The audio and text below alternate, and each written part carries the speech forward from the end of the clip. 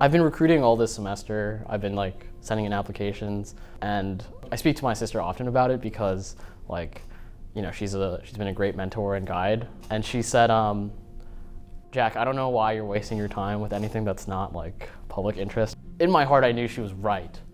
I have the privilege and ability to basically serve in a public position, and if I don't do that, then maybe I am maybe it is a waste of my effort and talent.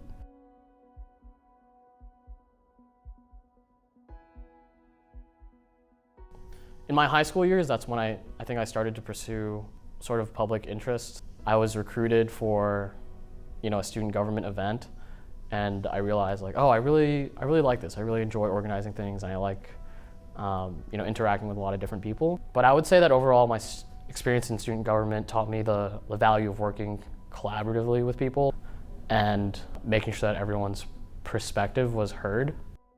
It was just a natural thought that I would pursue political science.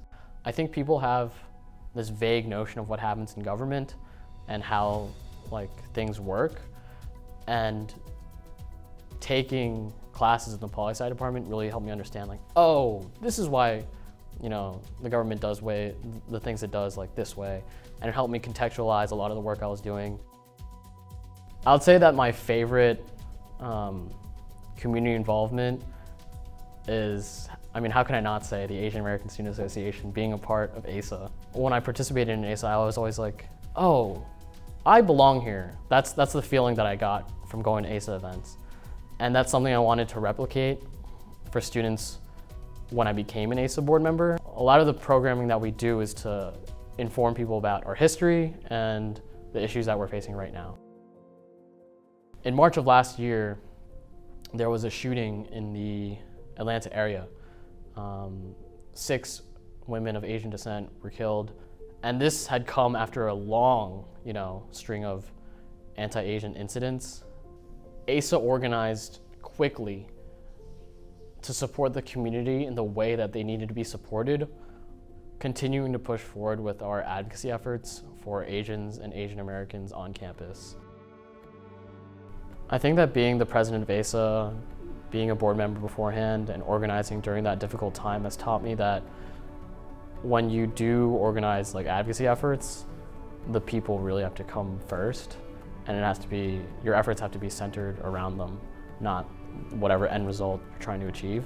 You need to speak to these people. You need to talk to them about where they're from, what kind of community do they want, what sort of issues would they like to see solved.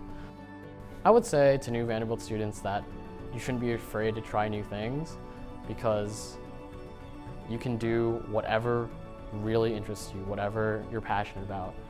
For me, that was Asian American advocacy, and pursuing that to the fullest extent.